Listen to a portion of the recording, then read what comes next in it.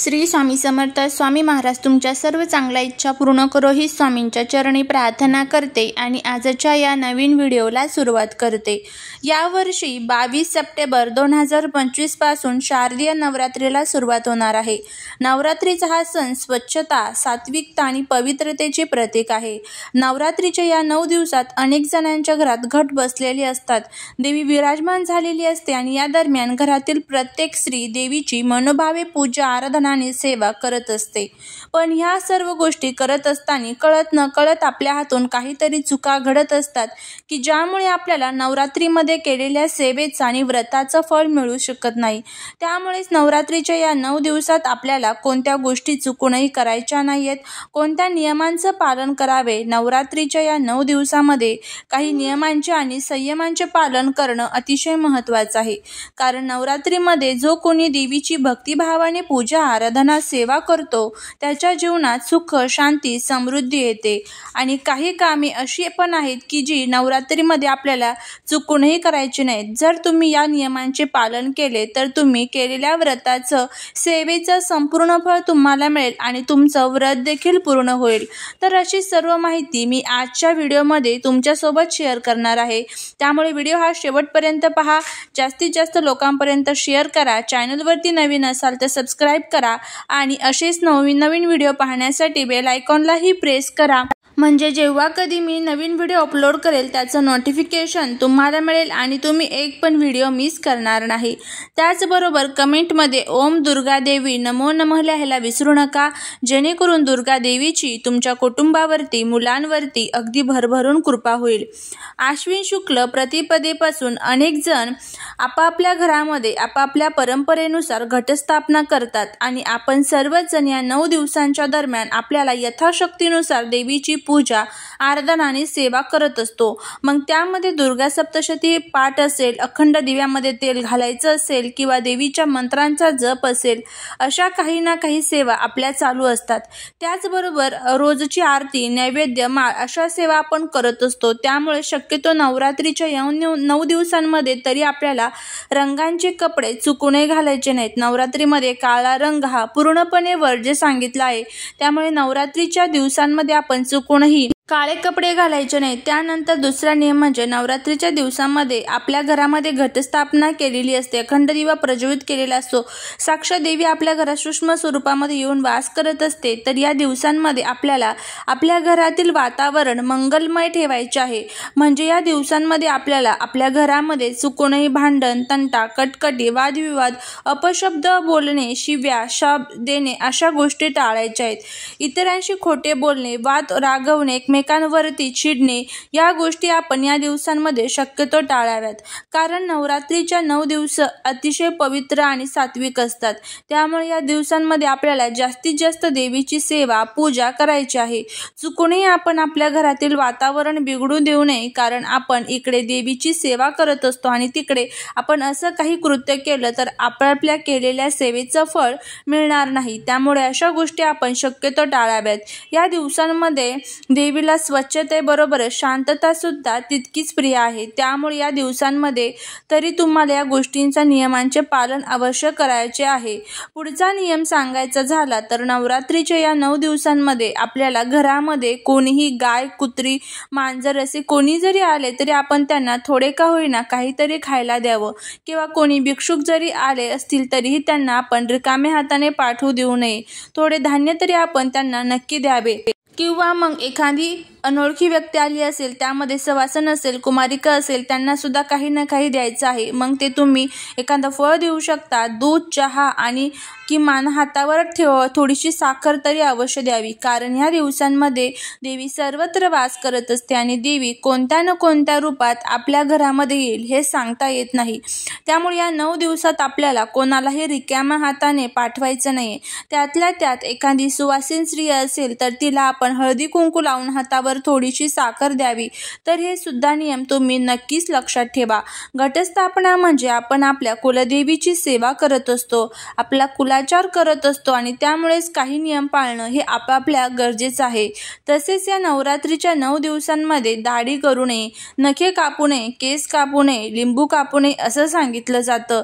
पुरुषांना दाढी करायची असेल, नखे कापायचे असतील आणि स्त्रियांना पण केस कापायचे असतील, नखे कापायचे असतील तर ते आपण एकतर नवरात्रीच्या आधी करू शकतो, पण नवरात्रीच्या या 9 दिवसांमध्ये आपल्याला अशा गोष्टी चुकूनही करायच्या नसतात. अशा गोष्टी जर आपण नवरात्रीच्या आधी केल्या तर पुढच्या 9 दिवसांमध्ये तरी तुम्हाला अशा गोष्टींची आवश्यकता भासणार नाही किंवा मग नवरात्र झाल्यानंतर या गोष्टी कराव्यात. त्यानंतर पुढचा नियम असा आहे की नवरात्रीच्या 9 दिवसांमध्ये आपल्या घरात घटस्थापना केलेली असते, घट बसलेली असतात आणि अनेक स्त्रियांना घट बसवल्यावरती किंवा घट बसवण्याच्या अगोदर अडचण येते. काही जर घटस्थापना केल्यावर 2-3 माळी झाल्यावर अडचण आली तर घरातल्या कोणालाही घटाची पूजा आणि घटाला माळ पाणी करायला सांगावे. तुम्ही मात्र शक्यतो तिथे कुठेही स्पर्श करू नये, कारण देवीला स्वच्छता अतिशय प्रिय आहे. तुमच्या घरात कोणीही पुरुष असेल किंवा एखादी व्यक्ती असेल त्यांनी पण घटाची रोजची पूजा आणि घटाला माळ पाणी केलं तरीही चालू शकतं. जर तर या नवरात्रीच्या दरम्यान एखाद्या स्त्रीला अडचण आली असेल तर त्या स्त्रीने 5 दिवस जे विटाळायचे आहे तर ते पूर्णपणे पाळायचे आहे. जर घरामध्ये दुसरं कोणी करायला असेल तर अवश्य पाळावं, कारण आपल्या घरामध्ये घट बसणार म्हणून आपण एवढे दिवस घराची स्वच्छता केलेली असते आणि त्यानंतर जर आपण अशी शिवपालव केली, सगळीकडे केली तर त्याचा काही उपयोग होत नाही. आपल्याला त्या केलेल्या व्रताचं पूर्ण फळ मिळू शकत नाही. जर आपण अशा वेळी इकडे तिकडे कामं करत राहिलो, शिवपालव केली असे केलं तर त्यामुळे त्याचा जे काही आपण प्रयत्न करतो तर त्याचं जे फळ आहे तर ते चुकूनही आपल्याला मिळत नाही. त्यामुळे हे नियम पाळायचे आहेत. आपण एरवी तर कधीही हे नियम पाळत नाही, पाळले तरीही चालतं, पण या दिवसात साक्षात देवी आपल्या घरात विराजमान झालेली असते आणि तिचा वास सर्वत्र आपापल्या घरामध्ये असतो. त्यामुळे शक्यतो हे 4-5 दिवस तरी आपल्याला पाळायचे आहेत. त्यानंतर पुढचा अतिशय महत्त्वाचा नवरात्रीचे जे 9 दिवस असतात तर त्या सर्वात शुद्ध आणि पवित्र मानले गेले आहेत. या दिवसांमध्ये सर्वात जास्त महत्त्व, पवित्रता, स्वच्छता आणि सात्विकते आहे. त्यामुळे आपण या दिवसांमध्ये मांसाहार चुकूनही करायचा नाहीये. त्याचबरोबर धूम्रपान, मद्यपान हे सुद्धा पूर्णपणे टाळावे. मग एखाद्या व्यक्तीचा उपवास असो किंवा नसो, पण बाकीच्यांनी पण या नियमांचे पालन नक्कीच करावं. त्यानंतर पुढचा नियम सांगायचा झाला तर नवरात्रीच्या 9 दिवसात आपल्याला घरात अखंड दिवा लावलेला असतो आणि अखंड दिवा लावलेला असताना कोणीही कुठेही घराला कुलूप लावून जाऊ नये. कोणालाही कामानिमित्त बाहेर किंवा प्रवासासाठी जायचं असेल तर घरी एक तरी सदस्य नक्की असावा, कारण आपण अखंड ज्योत पेटवलेली असते आणि ही अखंड ज्योत कोणत्याही कारणाने विझू नये याची विशेष काळजी घ्यावी लागते. आणि जरी तुम्ही नोकरीनिमित्त बाहेर जात असाल आणि सकाळी जाऊन संध्याकाळी माघारी येत असाल तर सकाळी जाण्यापूर्वीच दिव्याची काजळी काढून दिव्यामध्ये तेल घालून जावे आणि मग तुम्ही जाऊ शकता. संध्याकाळी आल्यानंतर स्वच्छ हातपाय धुवूनच आपल्याला त्या दिव्यामध्ये तेल घालायचं आहे. ही गोष्ट मात्र तुम्ही नक्की लक्षात ठेवा. कोणीही बाहेरून कुठूनही जाऊन आलं तर स्वच्छ हातपाय धुवूनच आपल्याला त्या दिव्यामध्ये योग्य त्या प्रमाणामध्ये तेल घालायचं आहे. ज्यांनी नवरात्रीचे 9 दिवसांचे उपवास धरलेले आहेत तर त्यांनी शक्यतो दिवसा झोपणे टाळावे. उपवास करणाऱ्या व्यक्तीने अंथरुणाऐवजी जमिनीवर झोपावे आणि तुम्ही जमिनीवर झोपू शकत नसाल तर फक्त चटईवर झोपावे. मात्र झोपेसाठी तुम्ही रंग, बेड, गादी वापरणे पूर्णपणे टाळले पाहिजे. 9 दिवसात गादीशिवाय झोपा. त्याबरोबरच नवरात्रीच्या 9 दिवसांमध्ये चामड्याच्या वस्तू आपल्याला चुकूनही वापरायच्या नाहीत. मग ती चप्पल, पर्स किंवा बेल्ट असो, अशा कोणत्याही चामड्याच्या वस्तू या 9 दिवसामध्ये आपण वापरू नयेत. चामड्याच्या वस्तू अशुद्ध असतात, त्यामुळे त्या वापरू नयेत आणि या दिवसांमध्ये विकतही घेऊ नयेत. तसेच उपवास करणाऱ्या व्यक्तीने आपल्या वागण्यात क्षमा, उदारता आणि उत्साह आणावा. वासना, क्रोध, लोभ आणि आसक्तीपासून दूर राहावे. उपवास करणाऱ्या व्यक्तीने खोटे बोलणे टाळावे आणि सत्याचे अनुसरण करावे. मनाला संयमात ठेवावे. कोणालाही अपशब्द बोलू नये. अतिशय निर्मळ मनाने, प्रामाणिक आणि श्रद्धेने हे व्रत करावे. श्रद्धेने केलेले व्रत हे उत्तम मानले गेले आहे, कारण देव हा भक्तीचा भुकेला असतो. त्यामुळे यथाशक्ती, यथासंभव आपापले हे व्रत करायचे करायचे आहे। तसेच या दिवसांमध्ये कोण महिलांचा अनादर करू नये, अर्थात नेहमीच महिलांचा आदर केला पाहिजे, पण या 9 दिवसांमध्ये तरी आपापल्या विशेष काळजी घ्यायची आहे। कारण नवरात्र हा असा एक सण आहे की यामध्ये दुर्गा देवीच्या 9 रूपांची पूजा केली जाते, त्यामुळे हा सण आपल्या सभोवतालच्या महिलांचा आदर करणारा असावा। दुर्गा देवी पण श्री शक्तीचंच एक रूप आहे, त्यामुळे केवळ ह्या 9 दिवसांसाठीच नाही तर दुर्गेचे आशीर्वाद मिळवण्यासाठी महिलांचा आदर करणे नेहमीच लक्षात ठेवा। तसेच अनेक जणांना पडणारा प्रश्न म्हणजे 9 दिवसांमध्ये कांदा लसूण खाल्ला तर चालतो का? खरं तर काही धार्मिक ग्रंथांमध्ये कांदा लसूण युक्त पदार्थांचे सेवन करायला तामसिक आहार म्हटले गेले आहे, त्यामुळे शक्यतो सात्विक आणि पचनाला हलका असा आहार या दिवसांमध्ये घ्यावा। या दिवसात असे काही तामसिक पदार्थ न खाता मातेची सेवा करावी, त्यामुळे शक्यतो पाळता येईल तेवढा आपण पाळायचा प्रयत्न करावा। पण नैवेद्यासाठी जर तुम्ही काही पदार्थ बनवत असाल तर त्यामध्ये कांदा लसूण मात्र चुकूनही वापरू नका, कारण दुर्गा मातेला तुम्ही जे काही अर्पण करता त्यात कांदा लसूण नसणार याची मात्र अवश्य काळजी घ्यावी। तसेच धान्यांचा पण नैवेद्य देवीला दाखवू नये असे सुद्धा सांगितले जाते, त्यामुळे तुम्ही देवीला फळांचा नैवेद्य दाखवू शकता। त्याचबरोबर खीर, मिठाई, मिश्री, साखर अशा गोष्टींचा समावेश नैवेद्यामध्ये असावा।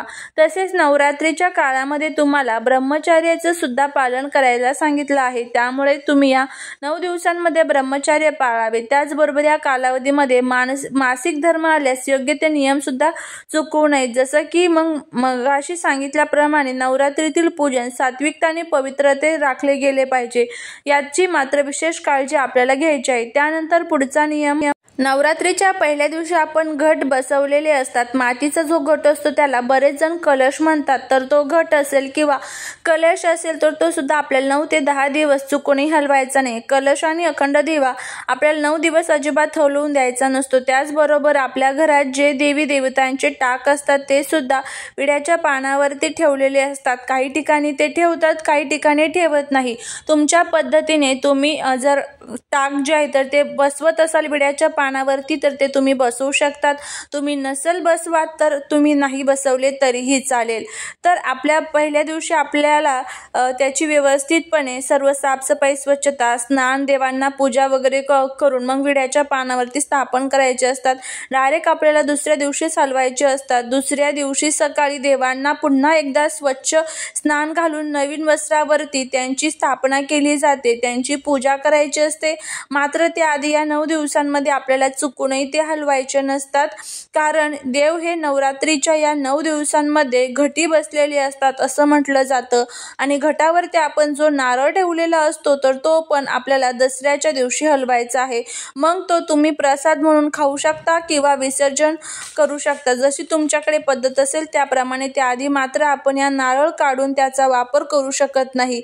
बाकी मग घटामध्ये उरलेलं धान्य आणि ठेवलेलं कलश दसऱ्यापर्यंत चुकूनही आपल्याला काढायचं नाहीये। तसेच बघा, आपण घटातील धान्य चांगले उगवण्यासाठी दररोज घटाला पाणी घालतो, पण ते पाणी सुद्धा आवश्यक तेवढेच घालावे, कारण जास्त पाणी जरी घटामध्ये झालं तरी ते धान्य कुजतं किंवा बुरा येतो, वास येतो, त्यामुळे शक्यतो जास्त पण घालू नका। त्यामुळे घटाची जर चांगली योग्य पद्धतीने काळजी जर घेतली तर आपल्या घट जो आहे तर तो चांगला उगवतो। आणि असं म्हणतात की जितका आपला घट चांगला उगवेल तितका आपल्या घराची भरभराट जी आहे तर ते होते, देवीचा आशीर्वाद आपल्याला प्राप्त होत असतो।